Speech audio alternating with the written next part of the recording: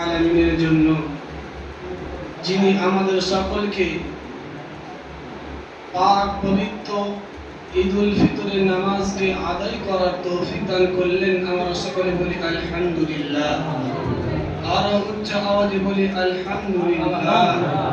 তারপরে জানাই বিশ্বনবী বিশ্বকবি মা আমিনাল্লাহ মুরুর দুলাল যিনাকে না সৃষ্টি করলে আল্লাহ পাক রব্বুল আলামিন এই 18,000 কুল কায়নাতকে সৃষ্টি করতো না। সে মহান নবীর প্রতি আমরা সকলে দরুদ পেশ করি, সকলে বলি সাল্লাল্লাহু আলাইহি ওয়াসাল্লাম। তো আল্লাহ পাক রব্বুল আলামিন এই যে একটা মাস ধরে আমরা মাহে রমজান পেলাম,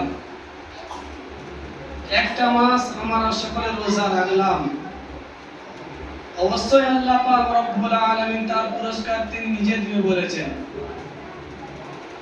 তো যারা রোজা রাখেনি তাদের জন্য পুরস্কার নয়, আর তাদের জন্য ঈদও কিন্তু নয়।